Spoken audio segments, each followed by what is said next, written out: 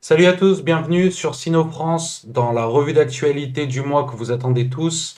Nous sommes le mercredi 26 octobre, le 20e congrès du Parti communiste chinois vient de finir avec les élections qui ont donné vainqueur monsieur Xi Jinping, Xi Jinping, comme on l'attendait tous. Nous sommes avec Pierre, Pierre, bonsoir. que tout le monde adore, Non, non, non, quand même. que tout le monde me demande. Voilà, il est là. Bon alors, je vous donne le programme sans plus attendre. Alors, une vidéo d'introduction d'une petite minute pour vous montrer un petit peu tout ce qui va se passer. Évidemment, l'affaire Hu Jintao, dont tout le monde parle, sauf... En mal? en fait, tout le monde en parle dans les médias occidentaux, quoi. Oui, oui. En Chine, ils n'en parlent pas trop, parce qu'ils en ont parlé quand même. Et on va vous dire pourquoi. On va vous dire pourquoi. Ensuite, donc voilà l'analyse de ça. Et là, on va parler des choses importantes ensuite, c'est-à-dire qui sont les nouveaux membres du Politburo, du Voilà, voilà. Politburo. Ceux qui vont diriger la Chine, en Voilà, fait. ça c'est important. Ensuite, le, le Le- contenu ouais, du congrès, ouais, ce les qui en est points forts. ressorti, ça c'est important. Et voilà donc aussi le bilan de ces 5 dernières années du mandat et le futur. Et ensuite, on va parler un petit peu du système électoral, du système démocratique chinois, comment ça se passe. Et on va finir sur un gros sujet qui est la lutte contre la corruption en Chine. Voilà. Allez les gars, c'est parti. Le président chinois Xi Jinping a été reconduit ce dimanche pour un troisième mandat à la tête du Parti communiste. Il est suivi sur ces images par les 6 autres hommes qui composent avec lui le comité permanent, l'organe tout-puissant du parti qui détient la réalité du pouvoir chinois.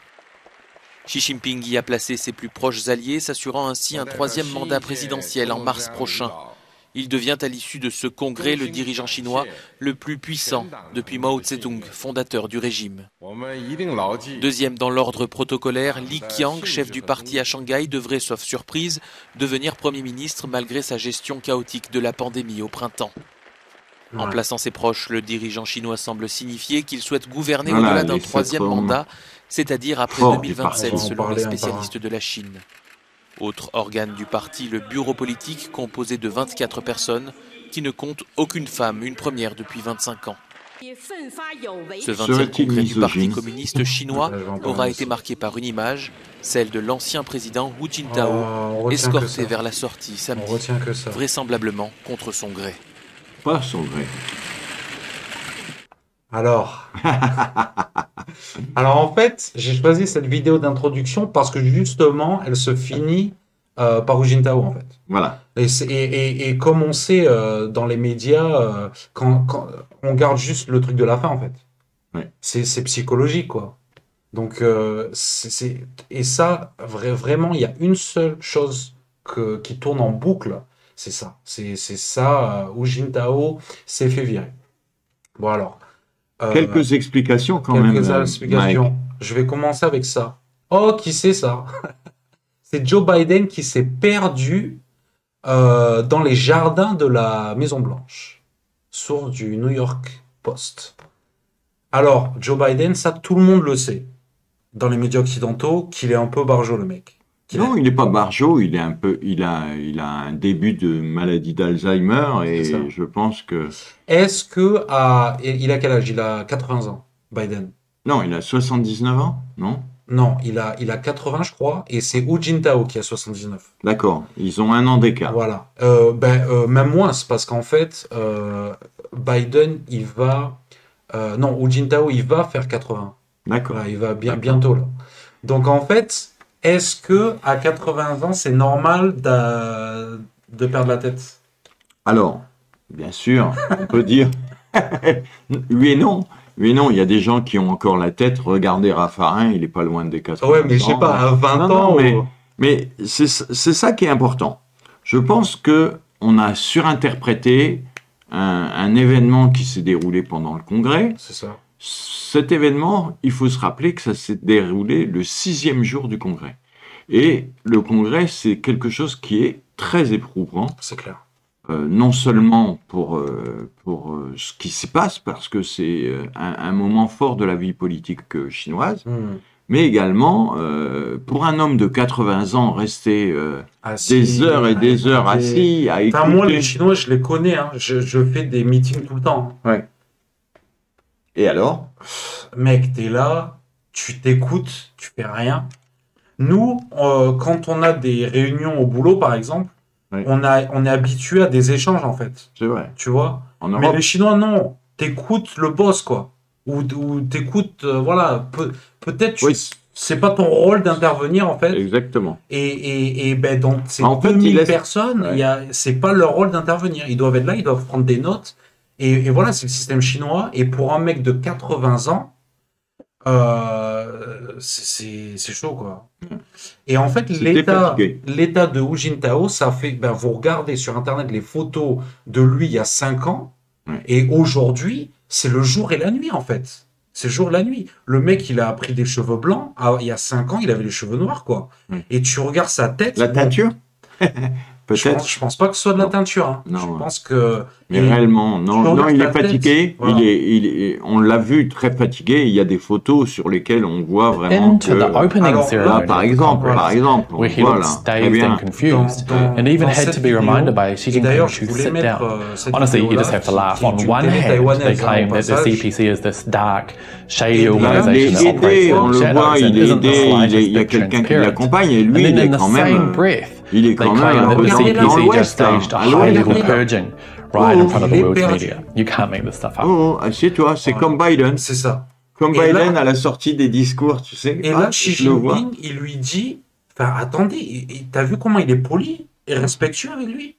Alors, comment ça se fait que, soi-disant, il veut le virer, alors que là, en fait, il lui dit, attends, assieds-toi. Et d'une part, t'as raison, parce que comment il veut le virer, la question est, quel est le rôle de Xi Jinping dans le parti? C'est ça, et quel est le rôle de Hu Jintao? Bien sûr. Et donc... Aucun. Ça fait 10 ans qu'il est à la retraite. À l'actuel, exactement. Ça fait 10 ans que Hu Jintao est à la retraite. C'est ça. Et on lui demande de venir par respect. Honorifique, en fait. Honorifique, bien sûr. Donc, il n'y a aucune raison, même s'ils le sortent ou ils ne le sortent pas, c'est exactement la même chose pour Xi Jinping. Donc ça, c'est complètement un argument qui est faux. Et je pense que il faut arrêter de parler de ce petit fait divers. Déjà, écoute, on va pas rester 3 heures sur ça. C'est ça, ouais, c'est ça. Parce qu'en fait, il se passe rien, quoi. C'est un non-événement qui a été mis en épingle pour montrer quoi? Pour encore discréditer la Chine. C'est toujours la même chose. Un peu plus. Une fois de plus, ils ont dit, bon, pour discréditer cet succès. Alors, maintenant, on va parler du 20e congrès quand même. Ouais. Parce que le 20e congrès, c'est, bon, tous les 5 ans, il y a un congrès. Donc, effectivement, le parti a 100 ans et on est au 20e congrès. Voilà. Donc, voilà. Hein. Donc, le congrès, qu'est-ce que c'est? C'est le moment où on décide, où d'une part, on fait le bilan de ce qui s'est passé pendant les 5 dernières années et on fait les projections pour l'avenir de comment la Chine va être dirigée et comment la Chine va se projeter dans l'avenir. Il y a les élections du Politburo, des 24. Et après, bien sûr, tu as raison, Mike, c'est effectivement, après, c'est tout l'appareil exécutif du parti, d'une part, et donc tous ces hommes que vous voyez maintenant, sont tous les bras droits de la politique de Xi Jinping pour les 5 prochaines années. C'est ça. Voilà. Donc, c'est très important. On va mettre voilà. La les voilà. Alors, je te laisse parler, Mike. Écoute, on a Tsai Chi, Wang Yuning, Zhao Leji, Li Qiang, Ding Shuixiang et Li Qi. Bon, en fait, le truc, c'est que déjà, au niveau des noms, nous, on n'a pas l'habitude des noms chinois, en fait. Tu vois? Mais moi, en fait, comment je fais? Je me réfère à leur fonction, en fait. Ouais. Tu vois, je vais mémoriser leur tête. Ouais. mais je vais mémoriser. Ils ont des bonnes têtes, hein. Ils sont tous des têtes de vainqueurs. Putain, les gars, on a des champions avec nous, là. Non, mais ce qui est important dans ce comité central, donc le comité permanent. Donc le comité permanent, c'est le comité exécutif de la Chine. C'est les 7 hommes qui vont vraiment diriger la Chine pendant 7 ans. Et ce qu'il faut savoir, c'est qu'il a gardé deux membres de l'ancien bureau du comité permanent, et il y a 5 nouveaux. Du moins, il y a 4 nouveaux. 4 nouveaux, et donc dans les 4 nouveaux, il y a une surprise de taille, qui est le maire de Shanghai. Ouais. Et le maire de Shanghai, qui a été discrédité par sa gestion plus ou moins aléatoire du Covid, et donc non, lui, mais même par rapport, il a été critiqué. Voilà, il a été critiqué. C'est sûr. Hein. Il y a une critique sévère, surtout des Occidentaux d'ailleurs, de la gestion du Covid à Shanghai. Et là, on voit quand même que c'est un fidèle de Xi Jinping, et donc il a une place donc dans le Politburo au comité permanent. Donc ça c'est quand même un fait vraiment important à noter. Alors, Xi Jinping met aussi des alliés. Par exemple, il met le maire de Pékin. Le maire de Pékin, donc, qui a maintenant une fonction importante donc dans le Politburo. Et ensuite, il met son secrétaire particulier. Donc ça, c'est les nouveaux hommes de son secrétaire particulier. Et donc, en fait, et après, le troisième homme qui va être réellement important, donc, c'est Li Qiang. Ouais. Parce que Li Qiang, comme on le voit, ça risque d'être celui qui va remplacer Li Keqiang, donc le Premier ministre. Ouais. Donc ça, c'est vraiment les hommes qui vont constituer l'ossature du Parti communiste. Ouais. Et en fait, du gouvernement, bien sûr, et c'est eux qui auront toutes les décisions, tout le poids dans ce... C'est ça. En fait, il a privilégié les gens à qui il faisait confiance pour justement appliquer ses politiques, quoi. Pour faire appliquer ses politiques. Parce que la Chine, c'est un paquebot, comme on parlait tout à l'heure avant de commencer la vidéo. C'est tellement massif que pour changer les choses, est-ce qu'il a le choix? Je pense pas. Il faut qu'il soit entouré les top leaders. Donc bien sûr que c'est à double tranchant, et ça c'est quelque chose que je voulais dire en fait. En fait, moi je pense, peu importe le système démocratique, communiste, que tu veux, il faut que, et c'est là où je leur fais confiance en fait, c'est que la sagesse c'est le plus important en fait. Et je pense que les Chinois, ils sont très forts là-dedans, dans avoir de la sagesse. Mais il y a la sagesse, mais aussi je pense que Xi Jinping a quand même en 10 ans réussi. Le bilan. Il a un bilan. Ouais. Il a un bilan. C'est-à-dire que on est en train de critiquer le 3e mandat de Xi Jinping. Mais est-ce que vous vous rappelez combien d'années Angela Merkel est restée au pouvoir? Je dis pareil, moi. Voilà. Je dis pareil que ça. Ce qu'il faut, c'est que 17 ans. 17 ans. 17 ans en Allemagne. Mais personne n'a dit quelque chose. Jamais. Tu vois? Donc, elle a droit, elle. Ouais. 17 ans, mais Xi Jinping, ah non. Mais moi, je disais pareil, tu sais. Je disais, mais putain, les gars, excusez-moi. Rappelez-vous. Non, mais Angela, mais ça me tue, quoi. Non, mais donc Poutine, machin, oui, parce qu'ils sont pas du bon bord, soi-disant, quoi. C'est pour ça, en fait.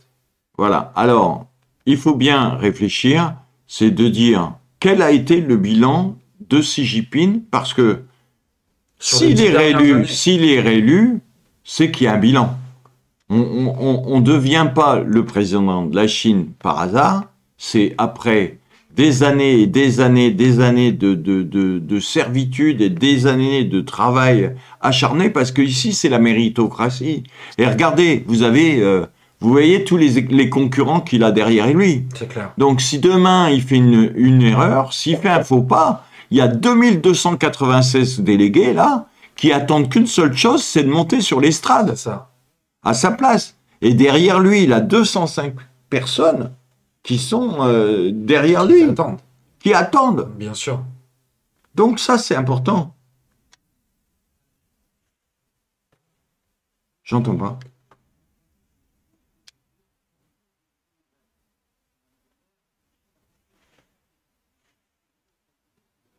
Donc là, il parle voilà, de tout ce qui a été fait. Son bilan.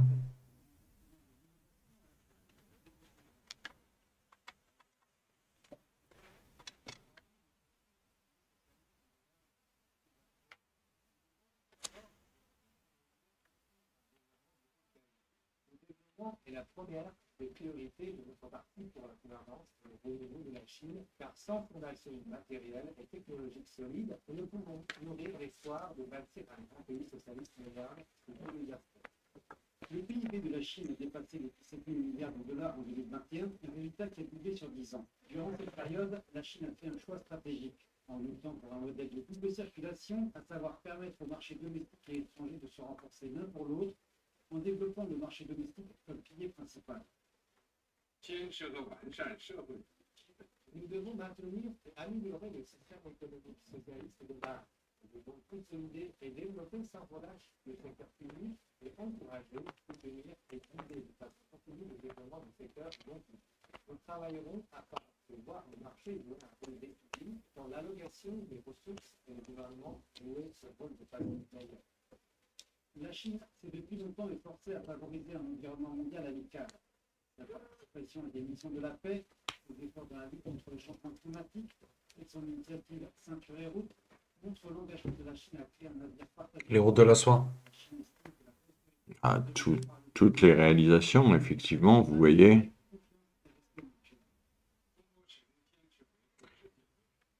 La Chine pratique depuis toujours une politique extérieure de défense de la paix mondiale et de promouvoir le développement commun afin de promouvoir la construction d'une communauté de l'espace à l'objet de l'humanité. La Chine demeure ferme dans la poursuite de la diplomatie indépendante et pacifique. Sa position et sa politique sont toujours déterminées l'égard de la paix des affaires, dans le préservement des normes fondamentales. On est là. Et ensuite, ça. À l'échelle mondiale. Le Parti communiste chinois est le plus grand parti au pouvoir au monde et prévu le développement futur de la Chine.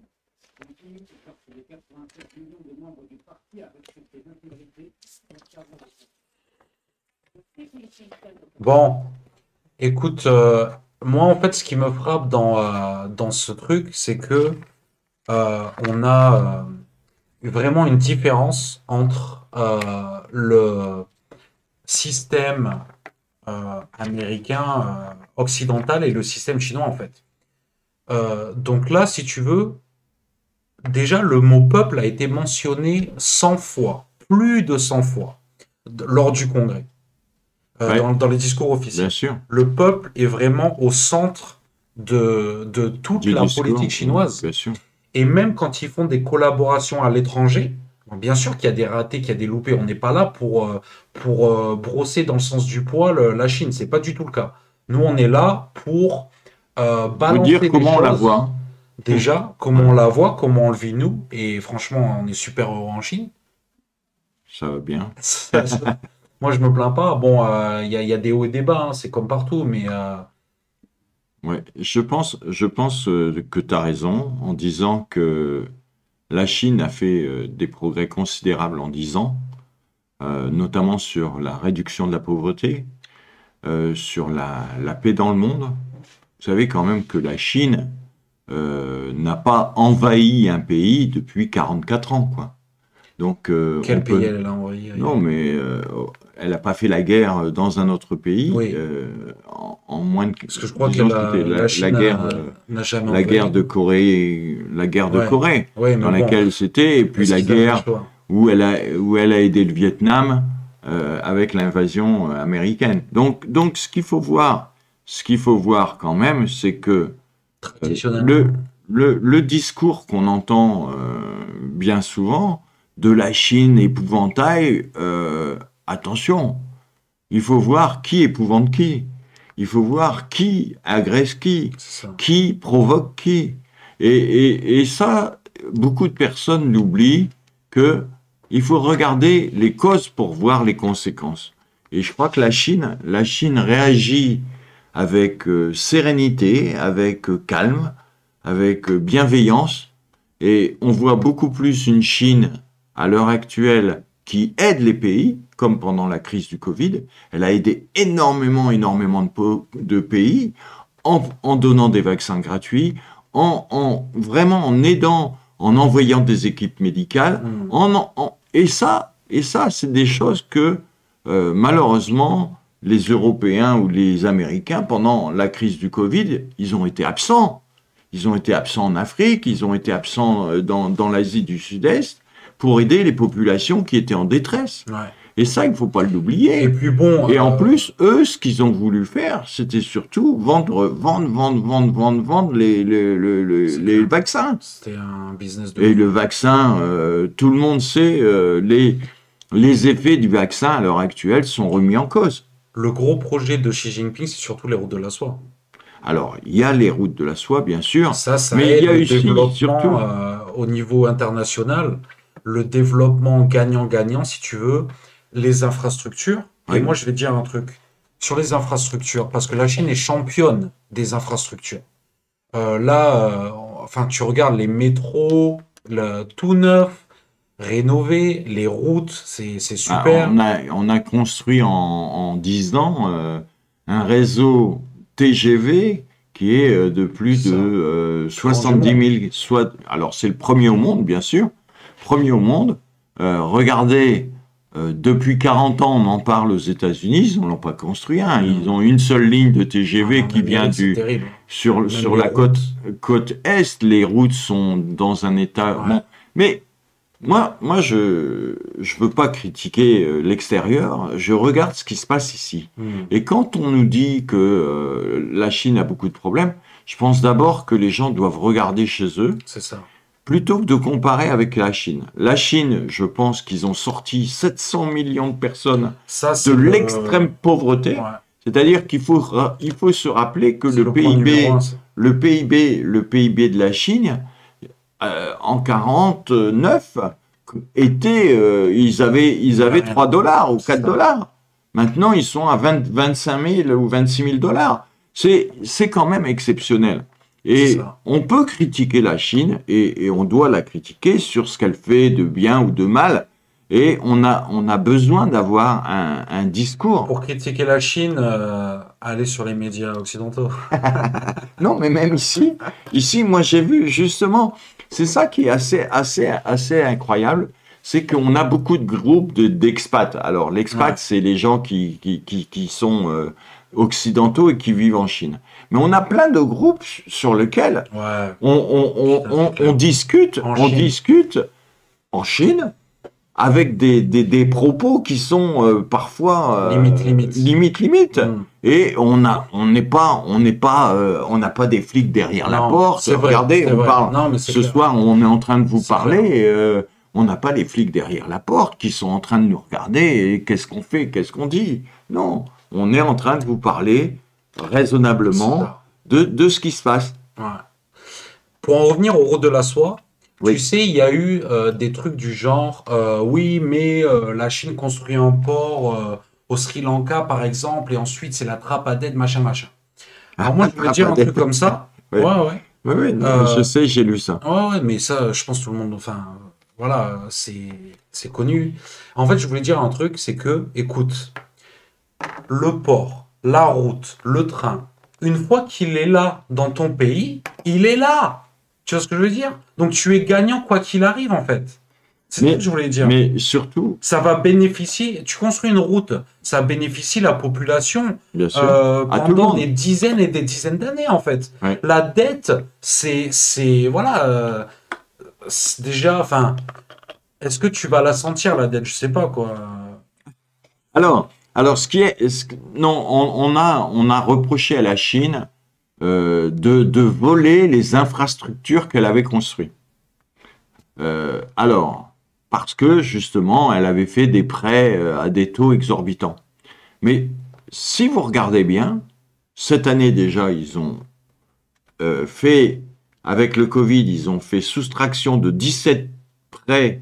Ils ont annulé les échéances de 17 pays. Ouais. Donc ça, c'était une première, pour ainsi dire, dans le monde de la finance.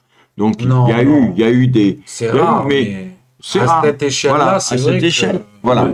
Mais surtout, ce qu'il faut voir, c'est que quand la Chine prête, et elle prête avec l'intermédiaire des banques internationales et des banques chinoises surtout, c'est souvent des taux qui sont inférieurs.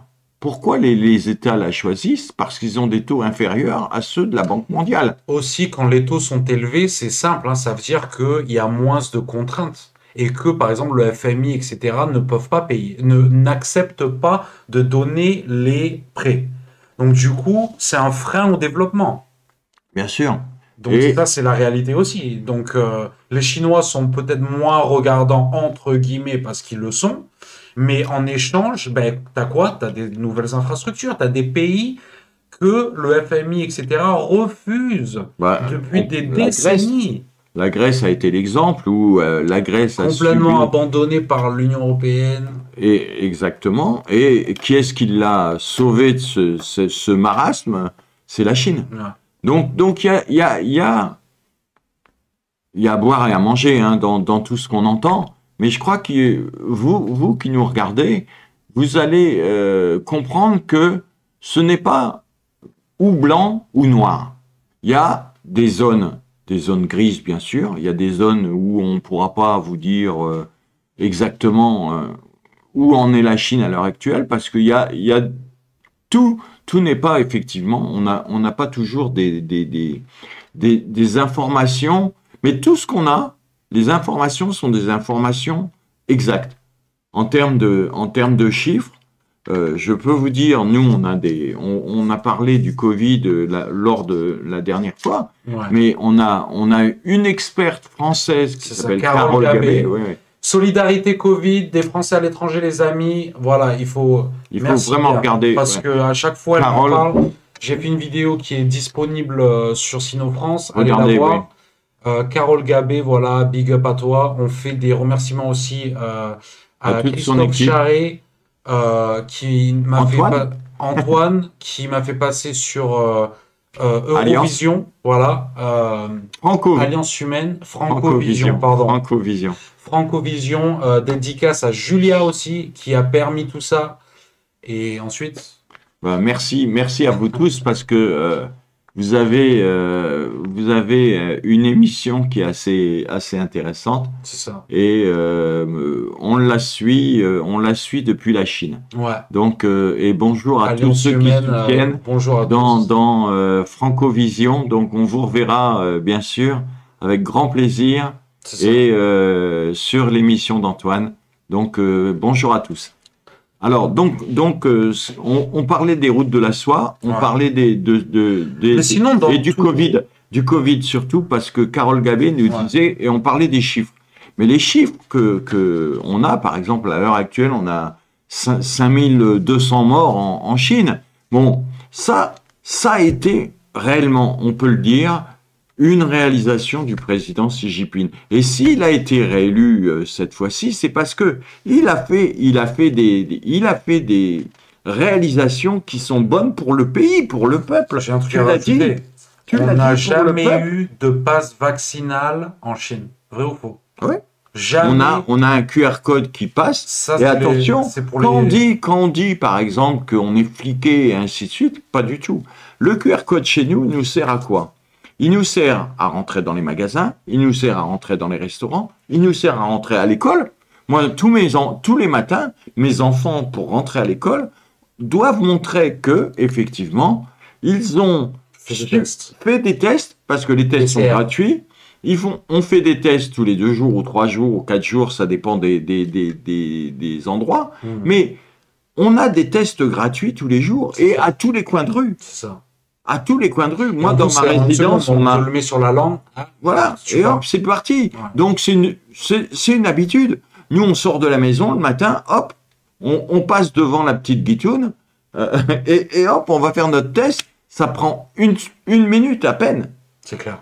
1 minute à peine. Ouais. Et donc, alors, je reviens sur le QR code, car ce QR code, c'est pas du tout quelque chose pour nous fliquer. La preuve, quand vous changez de province, vous êtes obligé de recharger une nouvelle application. C'est vrai, c'est pas national. C'est pas national. Donc ça veut dire que les QR codes ne sont pas interconnectés en province. Non. Donc ça veut dire que vous ne pouvez pas être fliqué parce que vous étiez à Nanjing, parce que vous étiez à Beijing. Donc à chaque fois, quand vous venez d'une autre province, ils disent vous n'avez pas le QR code de la province, donc vous téléchargez, vous faites le nouveau truc, vous vous inscrivez, et à partir de ce moment-là, vous serez enregistré dans la province pour savoir si vous avez malheureusement rencontré quelqu'un qui a eu le Covid pendant un moment. Et donc, à ce moment-là, vous aurez un protocole sanitaire qui va vous permettre de préserver autour de vous les gens qui sont autour de vous et de ne pas faire la transmission du Covid. C'est ça.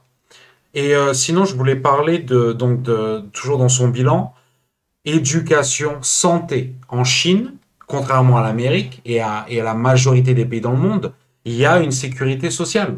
95%. Il y a des hôpitaux de partout. Oui, un peu. Alors, les hôpitaux, tu as raison, il y a des hôpitaux. Je pense que le système des hôpitaux et de santé est un peu moins développé quand même en termes de rapport par rapport à la population, hein, parce qu'on est quand même 1,5 milliard ici. Ouais, à peine. Donc, les hôpitaux... Alors, il faut savoir, par exemple, que la moyenne de vie en Chine a dépassé celle des Américains. Est-ce que ça t'étonne ? Mais non, mais on peut croire que le système de santé est mauvais, mais en Chine, on a maintenant je crois aussi le taux d'enfants, comment ça s'appelle quand les enfants décèdent à la naissance, tu sais ? Non, ça je peux pas te dire. Enfin bref, voilà, le taux de décès, de mortalité infantile. Mortalité infantile, voilà. C'est ça. Ouais. Voilà. Donc voilà, et bon, ensuite, donc, ce qui est prévu pour la suite, pour les 5 ans à venir, on l'a vu dans la petite vidéo juste avant, voilà, donc stimuler les curiosités, ça, Xi Jinping, il a vraiment insisté là-dessus, au travers des sciences, normalement, et en fait, Xi Jinping, c'est pas la première fois qu'il dit ça, il dit, voilà, moi, je veux que les gens soient curieux. Tu vois ? Ouais.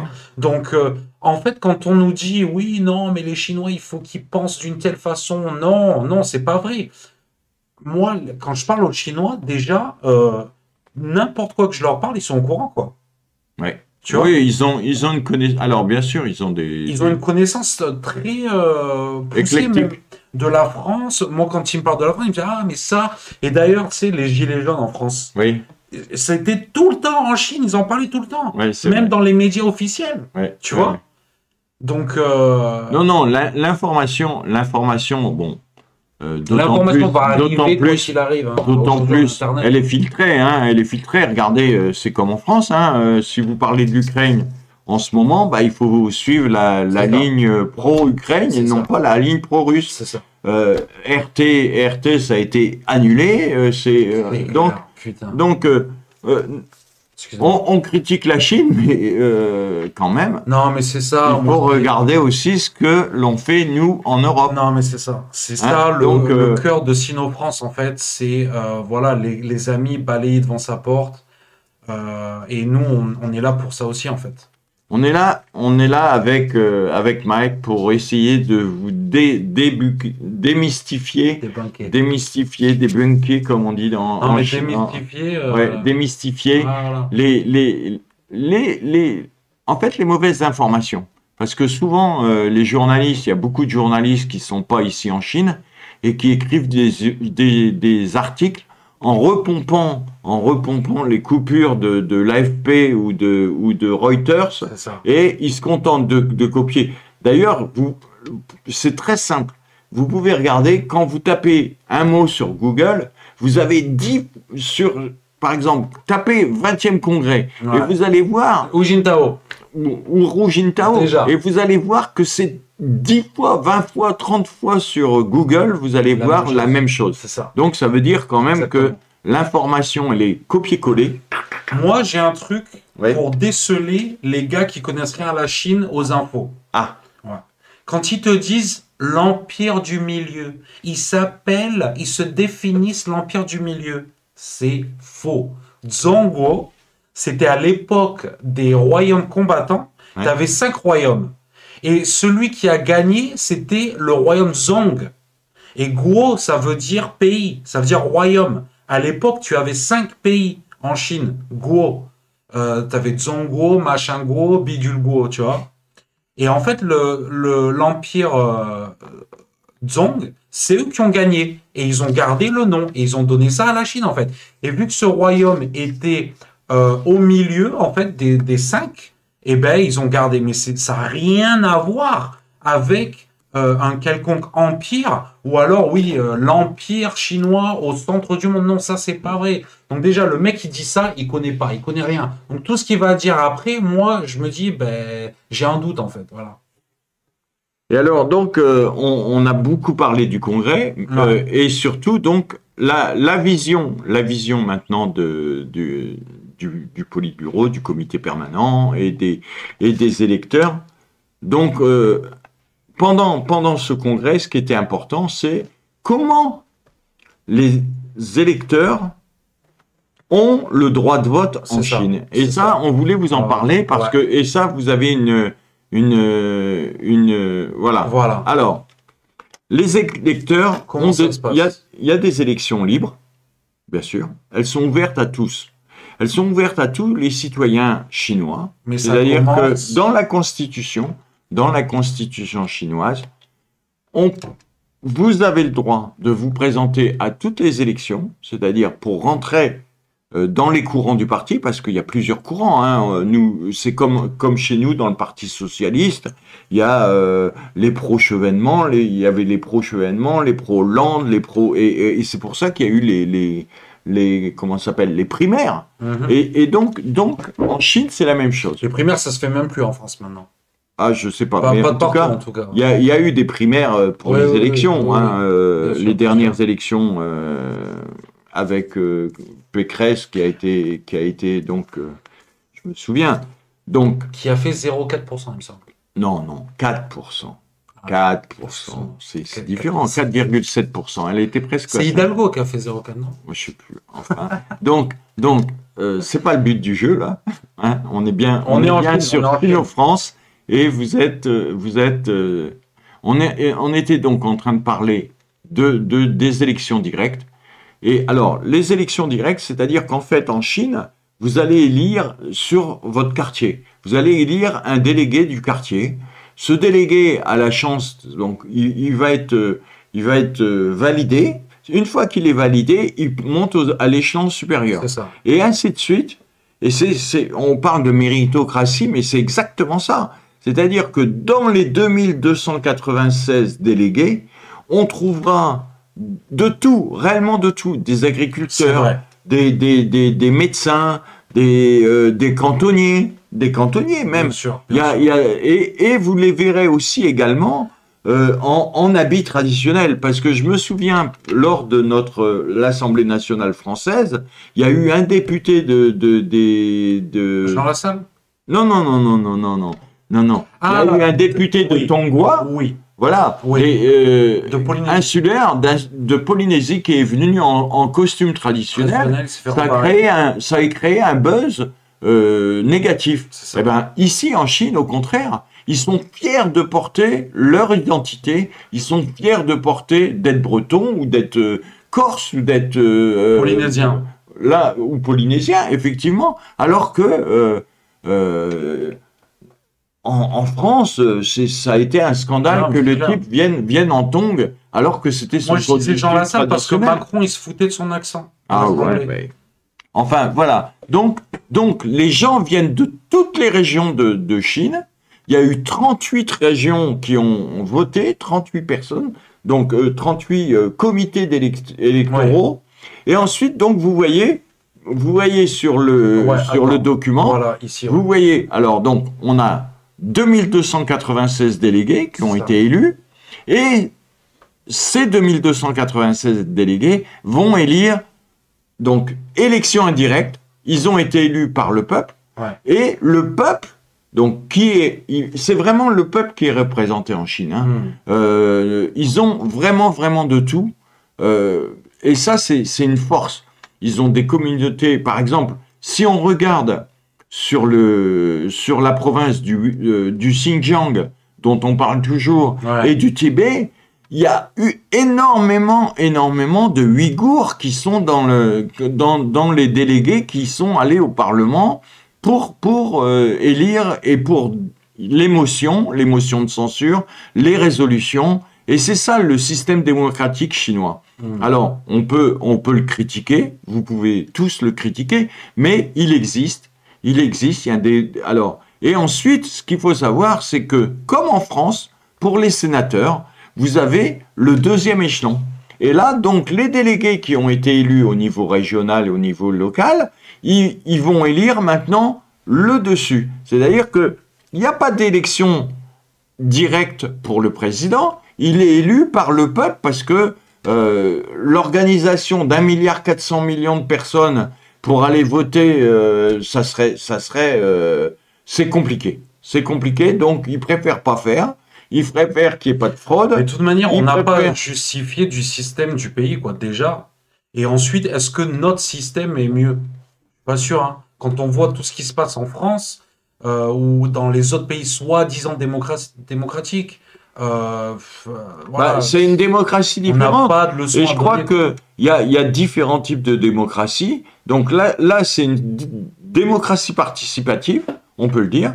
Et ensuite, c'est une alors au niveau de la base. Et ensuite, donc, il y a au niveau des délégués, des 2296 délégués qu'on a vus, il y a des discussions avec des commissions. Il y a des discussions. Il y a eu trois présidiums où on discute qui va être quoi et ainsi de suite. Et au final, vous avez ce qu'on a vu tout à l'heure, les sept qui arrivent tout en haut de l'échelle. Ouais. Et c'est du méritocratie, hein. C'est pas, regardez, là, ils ont tous plus de... Ils sont compétents. C'est des gens compétents, c'est des gens qui ont été baignés depuis le début. Alors, Xi Jinping, par exemple, on va en parler. Ouais. Lui, il a commencé, c'est-à-dire que déjà, tout le monde... il est né en 1953, voilà. Donc, il a été envoyé à la campagne où il a passé 10 ans à donner des coups de pioche.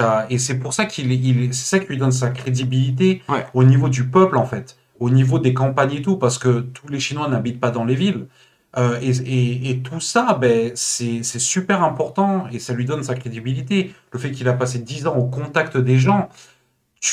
En France, quand on regarde Bourdin, par exemple, il aime bien poser c'est quoi le prix du ticket de métro? Le prix de la baguette. Mais personne ne le sait, mais à chaque fois, mais ils sont cons. Et pourquoi ils ne regardent pas le matin en allant chez Bourdin, c'est quoi le prix de la baguette, quoi, tu vois, moi, ça me tue, ça. Mais justement, donc... Sinon, je voulais rajouter un truc, excuse-moi.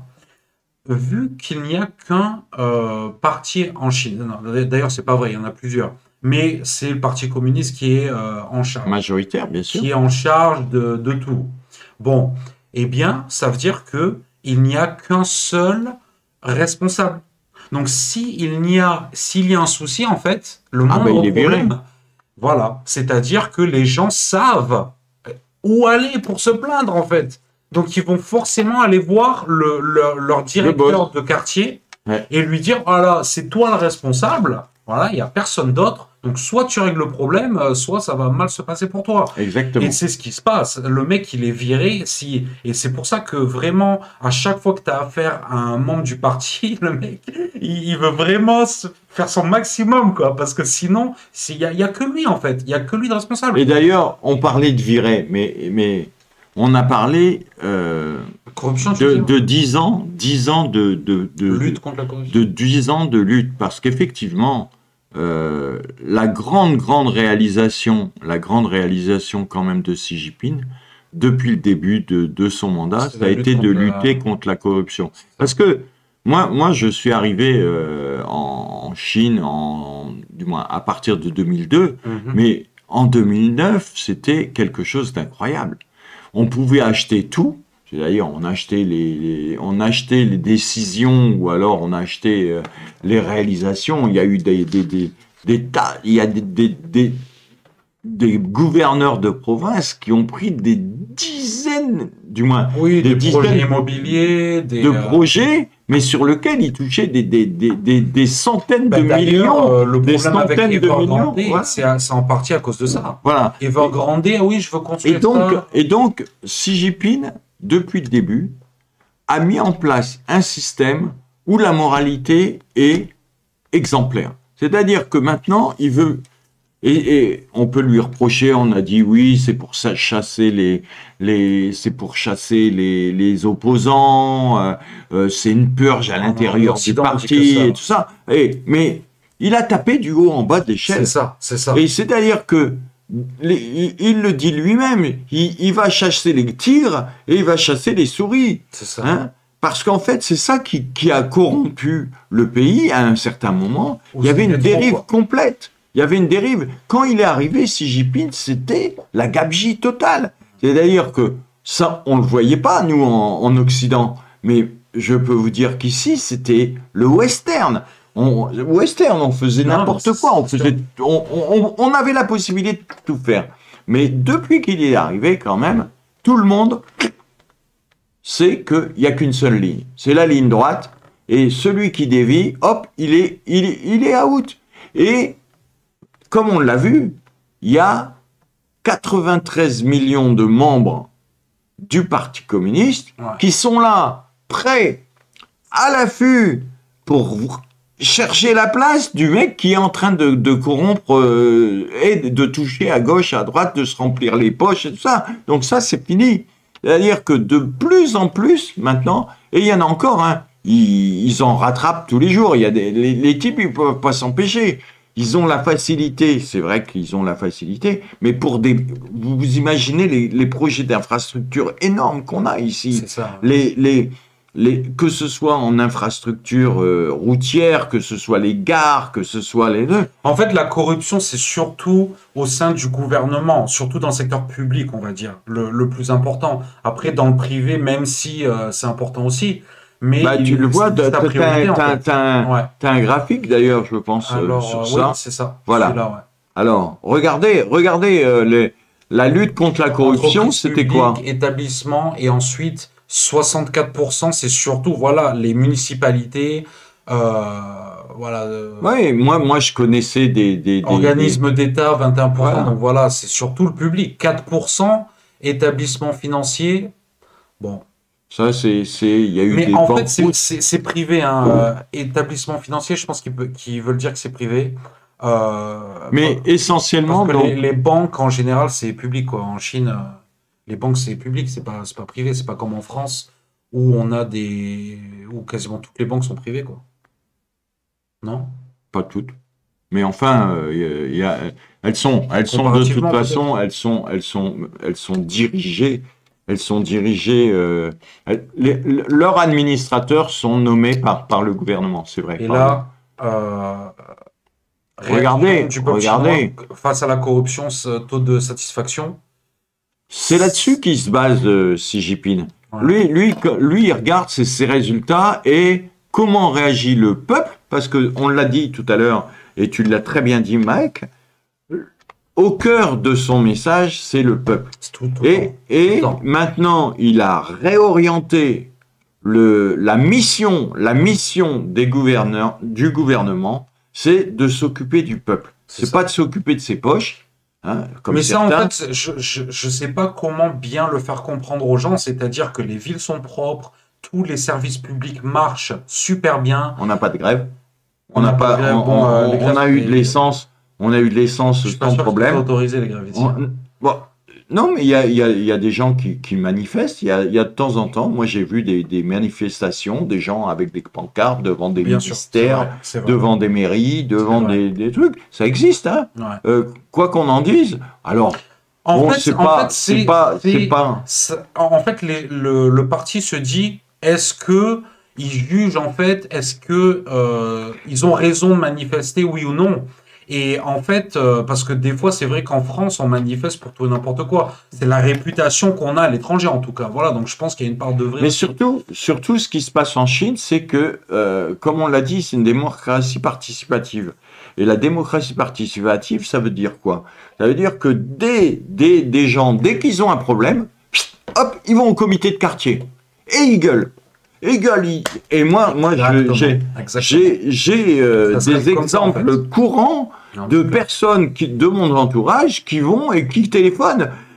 Ici, ça va pas. Il y a des mecs qui sont Carrefour, qui font n'importe quoi. Il y a ceci qui va pas. La route, elle est défoncée ici. Et je peux vous dire, dans la semaine qui vient, hop, le problème qui est remonté au comité de quartier, hop, il est réglé. Non, mais c'est clair. Et si le mec, il a pas réglé le problème, mais c'est un scandale dans la communauté. Non, moi, je vois dans nos communautés, on a des groupes Facebook. Écoute, moi, je vais te dire un truc qui m'est arrivé. Ouais. Ils ont coupé l'eau chaude pendant quelques jours, en fait, parce qu'ils faisaient des travaux, des rénovations. Et là, forcément, en fait, si tu veux, le mec, son boulot, c'est de couper l'eau chaude. Ok? Donc lui, il coupe l'eau chaude. Il s'en fout, quoi. Parce que lui non plus, il veut pas de problème. Son boulot, c'est de couper l'eau chaude. Bon, il coupe l'eau chaude. 5 minutes plus tard, les gars, on n'a pas d'eau chaude. Et là, ils vont contacter, parce qu'on a un groupe WeChat avec toutes les communes, tous les bâtiments ont ça, en fait. Les résidences, toutes les résidences ont ça. Boum, message. Qu'est-ce qui se passe? On n'a pas d'eau chaude. Et là, le gars, il dit, OK, il n'y a pas de souci. Il appelle une entreprise de chauffe-eau portatif, en fait. Ouais. Et voilà. Bon et le soir même, on avait le chauffe-eau portatif pour prendre des douches, quoi. Incroyable. Tu vois? Incroyable. Donc, mais ça, c'est vrai. Et lui, c'est son boulot, si tu veux. Ouais. Son boulot, c'est de vérifier, d'être sûr que voilà, tout se passe bien dans la... Ah oui, la communauté, c'est très, très important. Et d'ailleurs, on le voit. Hein, on utilise communauté parce que c'est community en anglais, mais en français, c'est résidence. Oui, résidence, compound. Ah oui, pardon. Oui. Non, on a l'habitude, malheureusement. Ah, ça, tout le monde malheureusement, alors on perd vraiment notre français. Vous pouvez pas. Non, ça va. Pas ah si, moi je le trouve. Non. Donc, alors, on a parlé de la Chine, on a parlé de ce congrès qui est. Là, ça fait 50 minutes, donc on va conclure. Ah bon? Déjà, tu veux dire quoi, toi? Écoutez, on parle aussi de l'avenir. L'avenir est important. Donc, Xi Jinping a vraiment promu ce qu'il veut, c'est une communauté de destin pour tous. C'est-à-dire que avec les routes de la soie, dans laquelle plus de 140 pays ont signé pour faire partie de ce projet qui est magnifique, qui est un projet innovateur, qui est un projet de développement mutuel pour tous. Ça, c'est le premier point. Le deuxième point, c'est la paix dans le monde. Parce que les Chinois veulent la paix dans le monde. Pour le business. Pourquoi? Mais c'est exactement ce que tu dis. C'est-à-dire que... ça fait 5000 ans qu'ils font du business. Ils vont pas s'arrêter aujourd'hui. Hein. Mais surtout, ils se disent, à partir du moment où il y a la guerre, regardez ce qui se passe en Europe, regardez ce qui se passe malheureusement, les économies en souffrent. C'est ça. Le pouvoir d'achat explose. C'est d'ailleurs que vous avez vos factures d'électricité, de gaz qui ont pris des coûts pas possibles. Les denrées alimentaires aussi, la crise alimentaire, la crise de la moutarde. Ce qui me fait dire, de très bonnes nouvelles d'ailleurs, concernant le Covid, moi je pense que la Chine, ils vont rejoindre les autres pays, je pense. Parce que déjà, Hong Kong, les gars, il y a plus de quarantaine à Hong Kong. Et de deux, là, ils sont en train de parler. Donc c'est pour ça qu'on attendait le congrès, en fait. Et en fait, ils sont en train de parler maintenant de réduire les quarantaines à l'entrée de la Chine à 2 plus 5 jours. Donc 2 jours en centre de quarantaine et 5, donc c'est un hôtel en fait, et 5 jours à la maison. Donc voilà. Ensuite, alors on attend. Donc, c'est progressif. Ça c'est pas encore gagné. Non, mais s'ils en parlent déjà dans les médias officiels, c'est que voilà, c'est quand même une information valide. Hein. C'est pas gagné. Mais en tout cas, donc. L'objectif, c'est 2035. Maintenant, et on fera peut-être une vidéo là-dessus sur les objectifs de la Chine à venir. Il faut, ouais. Parce que là, le problème, c'est que voilà, les vidéos après, c'est long, donc il y a tellement de choses à dire en fait. Voilà, il y a beaucoup de choses à dire. Alors, n'oubliez pas, remercier Mike parce que sa chaîne, elle est super. Non, moi, je te remercie de m'avoir invité encore une fois. Donc, je suis ravi de le faire. Faites vos commentaires aussi, ça nous Voilà, aide. c'est ça, nous aide. Hein. Les commentaires, Si vous avez également d'autres questions, des questions sur le Congrès ou sur la politique générale de la Chine, n'hésitez pas à les mettre dans les commentaires. Voilà. On les regarde, on va vous répondre. On sera ravis de le faire d'ailleurs. Et également, donc, les likes, faites passer les vidéos à vos copains, enfin, dites, regardez, on salue aussi nos amis de Miami, parce que t'as ton ami de Miami, Sylvia, donc, gros bisous. Gros bisous à tous ceux de l'Alliance, merci de nous soutenir aussi. Bonjour à qui est-ce qu'il y a d'autre? Papa, maman. Ah non, d'accord. Alors, merci à tous de nous avoir regardés. Mike, le mot de la fin? Écoutez, merci à tous. Voilà, pensez à faire tourner Sino-France parce que sans vous, on n'est rien. Merci à l'Alliance Humaine, Antoine et Christophe qui nous ont donné plus de visibilité. Voilà, ça c'est une réalité. À Francovision aussi, j'ai aimé l'émission de... C'est ça, Francovision, c'est Alliance Humaine. Hein. Ouais. Oui, non, mais Alliance, c'est... Antoine, c'est le live en permanence, donc ça c'est super. Mais Francovision était intéressant d'avoir les points de vue des différents Français qui sont dans le monde. C'est ça. Et donc nous on représente les Français de Chine. De Chine, du moins une partie des Français de Chine. On n'est pas tous d'ailleurs. On est deux. Mais donc à très vite. Ouais. À bientôt. À bientôt. Merci à vous. Ciao. Merci à vous de nous